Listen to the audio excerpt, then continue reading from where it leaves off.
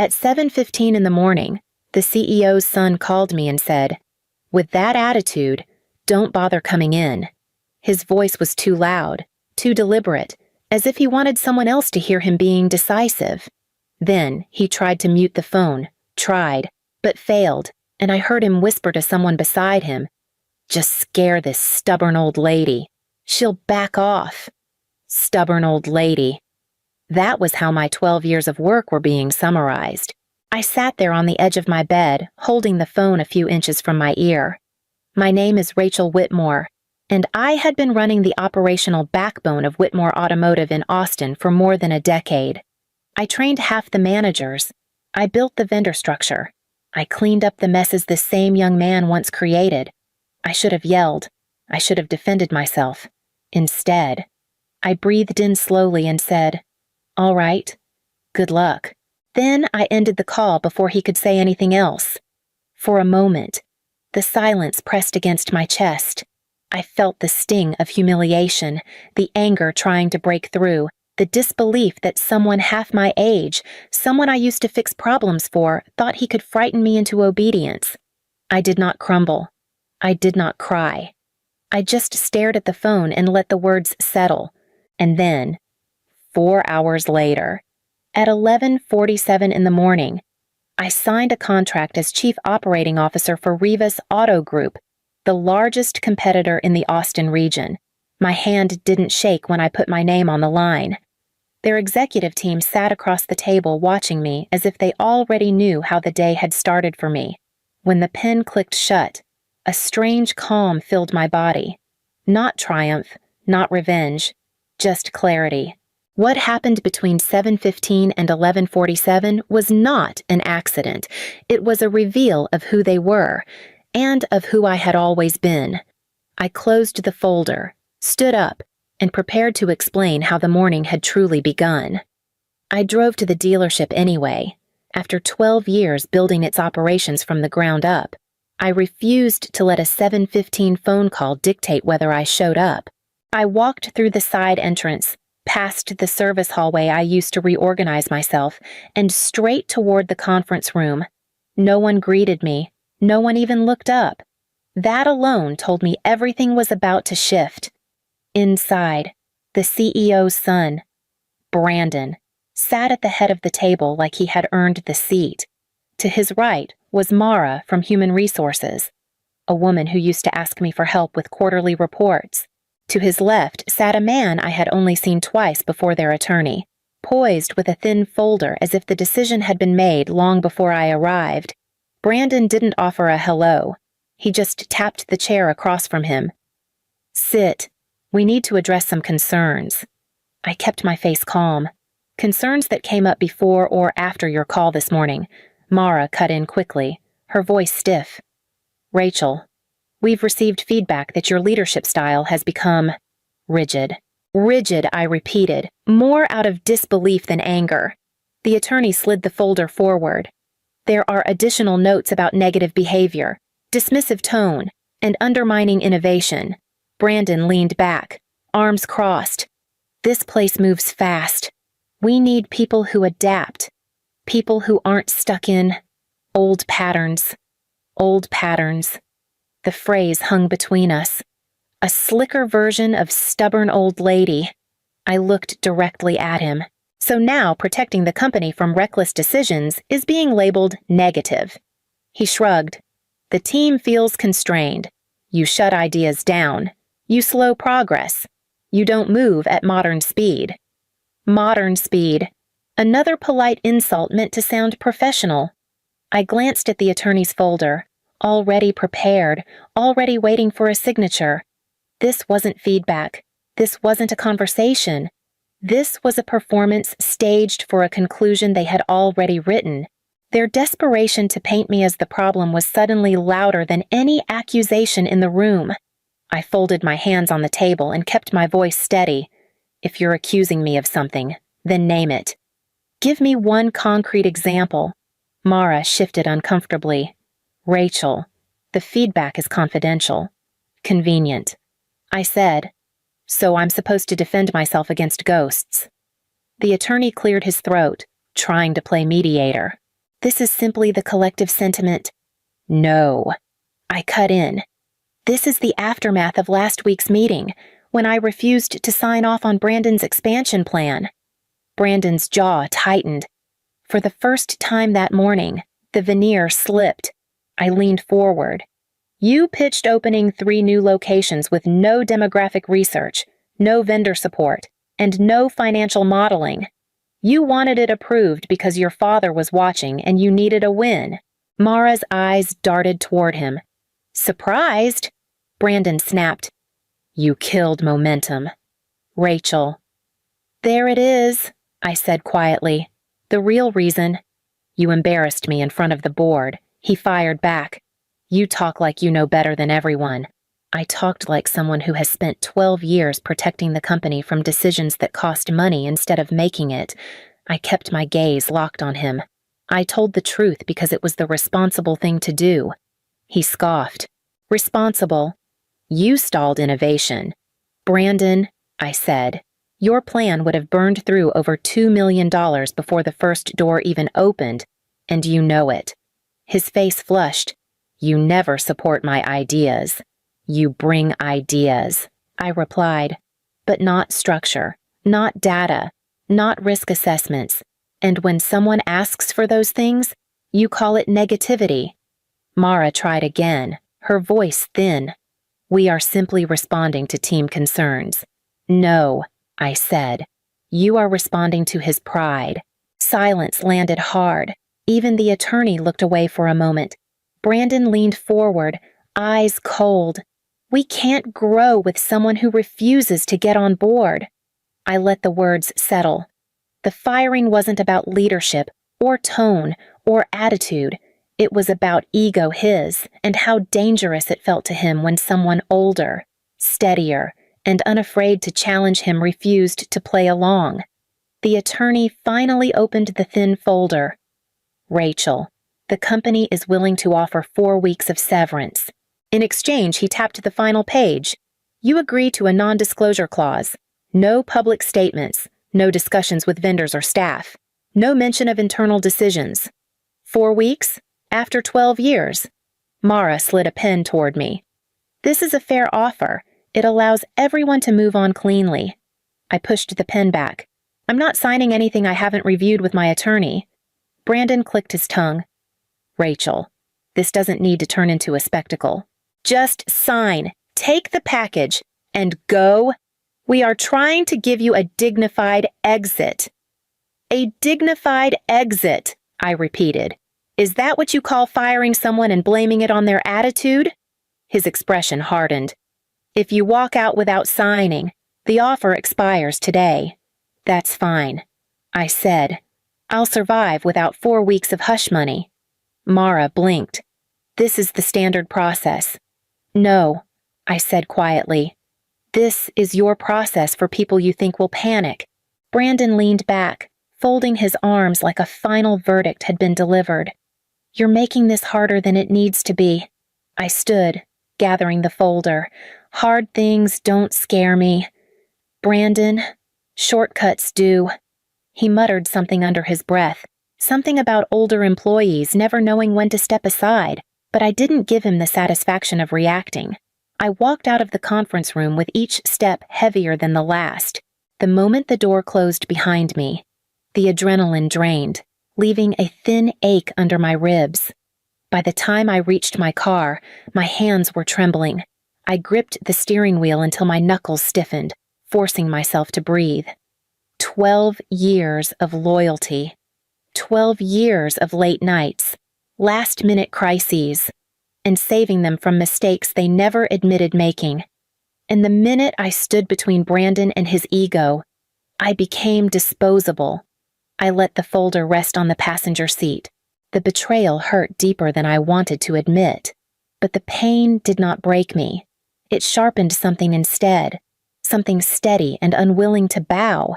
They expected fear. What they got was resolve. I sat in the driver's seat with the folder still beside me, my pulse thudding in my ears.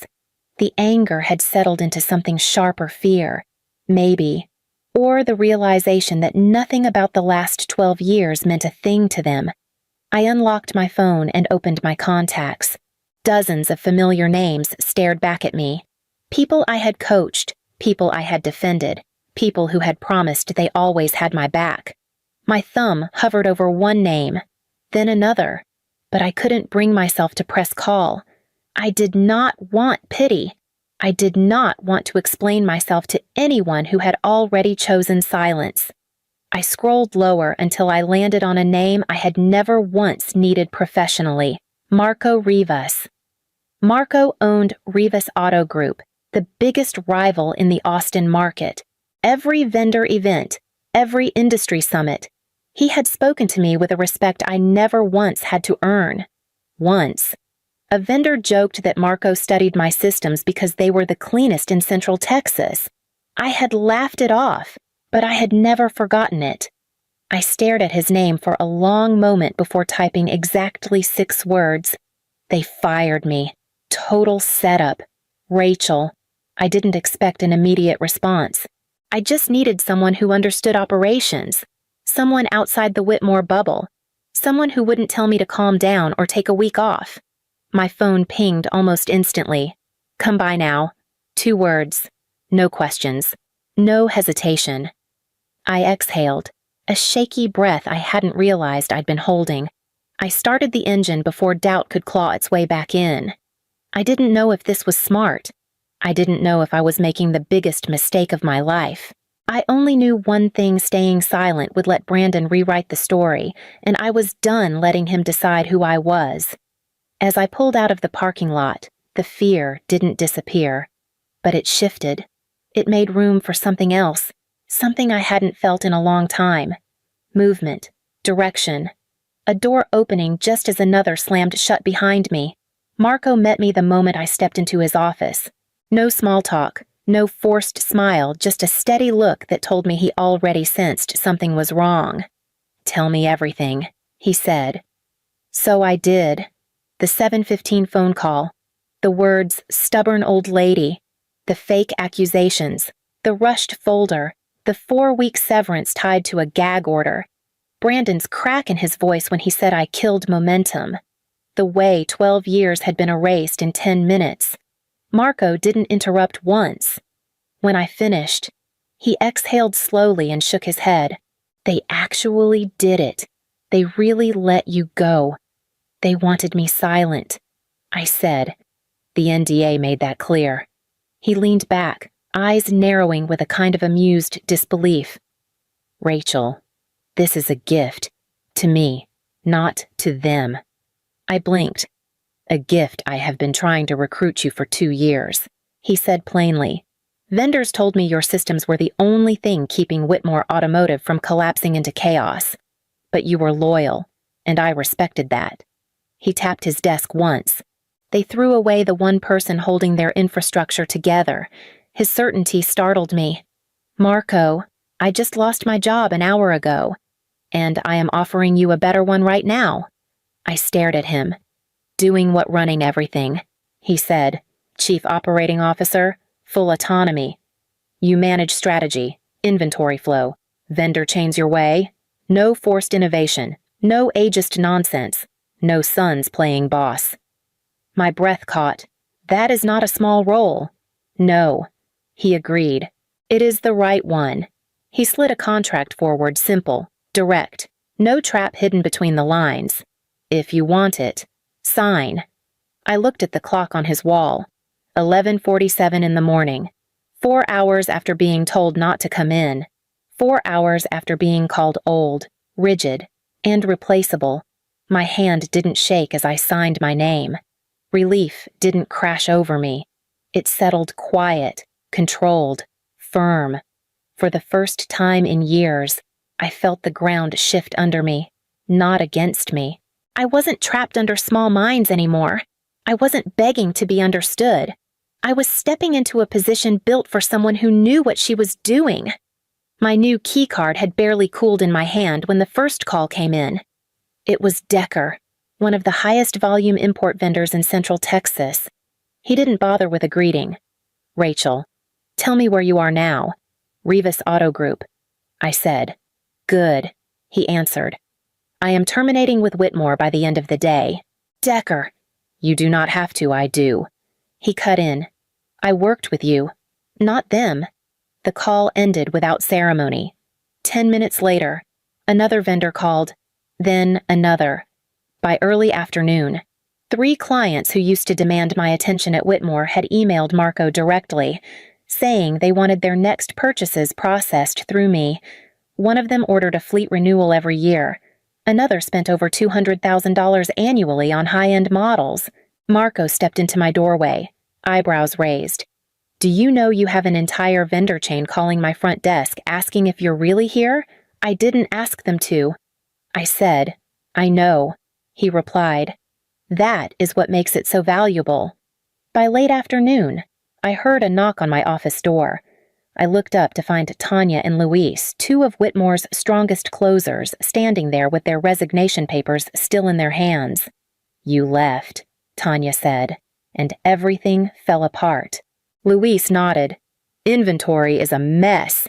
Brandon keeps calling vendors we never worked with. Nobody can find anything. He yelled at a junior tech for asking where the keys were. They both asked if we were hiring. Marco hired them before the hour was over. That night, I opened a new spreadsheet on my laptop. 1 column for clients who had followed me, 1 for vendors, 1 for staff, another for estimated revenue shifted away from Whitmore. I wasn't tracking out of spite. I was tracking reality proof of what actually held that company together. Every name I typed made the picture clearer. Whitmore Automotive hadn't just fired an employee. They had removed the structure holding their house upright, and the cracks were already spreading. 2 weeks into my new role at Rivas Auto Group, an email slid into my inbox with a subject line that stopped me cold. Private inquiry, temporary consulting request. It was from Mara, Whitmore Automotive's human resources chief. The body of the message was short. A few weeks of guidance. No public statement required. Flexible rate. Not a single acknowledgement of what they had done. Just a quiet attempt to patch the holes now flooding their ship. I didn't reply. By the next morning, the calls began. Not to me directly. Marco forwarded them with raised eyebrows. Decker, the import vendor, reported unusual confusion on Whitmore's end. A finance partner mentioned that quarterly projections looked inconsistent. A bank representative left a message asking if I had insight into the sudden drop in numbers. I hadn't worked there in days, but the consequences of pushing me out were landing faster than they could hide them. That afternoon, my cell phone lit up. Brandon Whitmore. I let it ring until it almost stopped, then answered. His voice came through thin, stretched tight. Rachel, thank you for picking up. I didn't respond. He cleared his throat. Look, I will be honest. Things have been challenging. There have been issues with vendors, and the banks are asking questions. The team is overwhelmed. I think we both know the last few weeks have not gone smoothly. Still, I said nothing. He rushed on. Maybe we acted too fast. Maybe we misread the situation. I'm willing to make this right. Come back. We can redo your title Senior Vice President, or even Executive Director, higher salary, full control of operations, whatever you need to stabilize things. Brandon, I said quietly, you fired me in front of an attorney, called me rigid, and told me not to bother coming in. He inhaled sharply. That was a mistake. No, I said. It was a decision. Silence. You don't get to ask me to return now. Before he could answer, I ended the call. The phone felt warm in my hand. Not from anger, something steadier. Something that no longer shook under someone else's power. I set it down and went back to work. The days that followed moved with a rhythm I had not felt in years. Instead of dodging egos and smoothing over reckless decisions, I was building something clean, something that finally made sense. I sat with Marco and his department heads every morning, laying out the structure Whitmore had always resisted. Data first. I told them, gut instinct comes after the numbers. Not before. No one argued. No one rolled their eyes. They listened, asked questions, and actually wrote things down. We rebuilt the vendor chain from scratch. Decker helped us streamline imports. The detailing team adjusted turnaround windows. Our parts supplier began offering better terms because, as he put it, you actually track what you order. I trained the new hires myself. Tanya and Luis absorbed everything faster than I expected.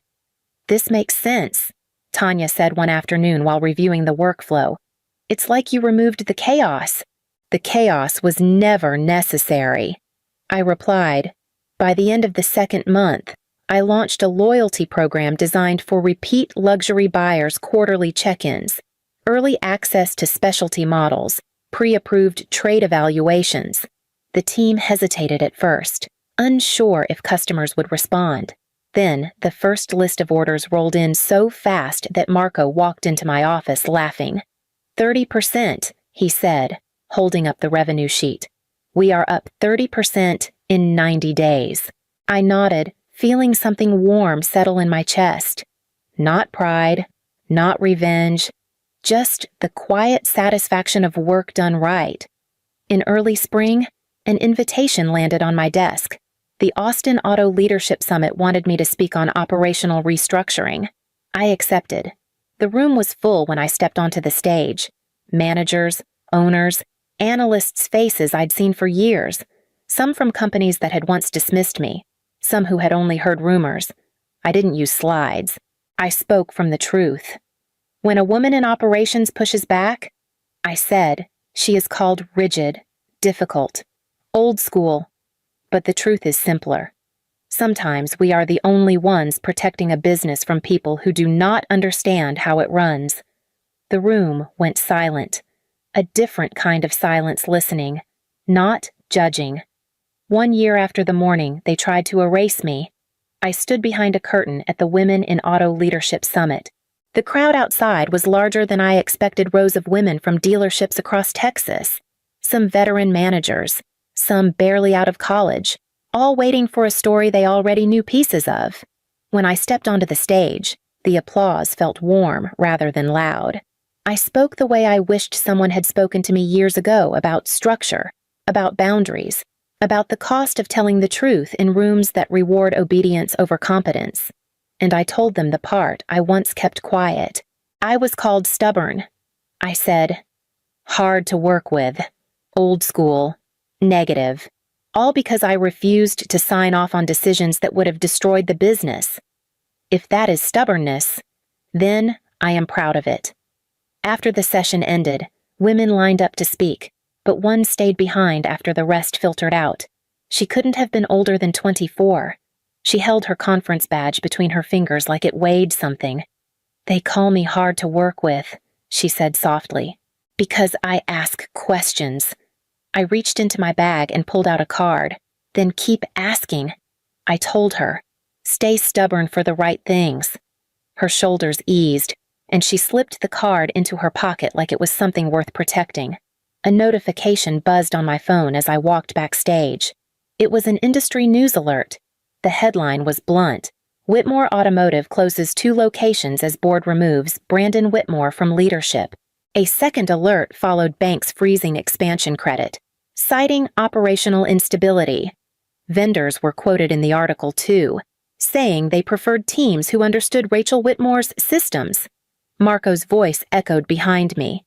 "You built something they tried to deny, and now everyone sees it." I closed the notification and let the moment settle. Brandon had tried to scare me into silence. He had tried to shrink me down to a caricature so he could feel bigger. But it was his own decisions, his pride, his shortcuts that turned him into the cautionary tale. I stepped back onto the conference floor, surrounded by women who were ready to lead, and I moved toward them without looking back.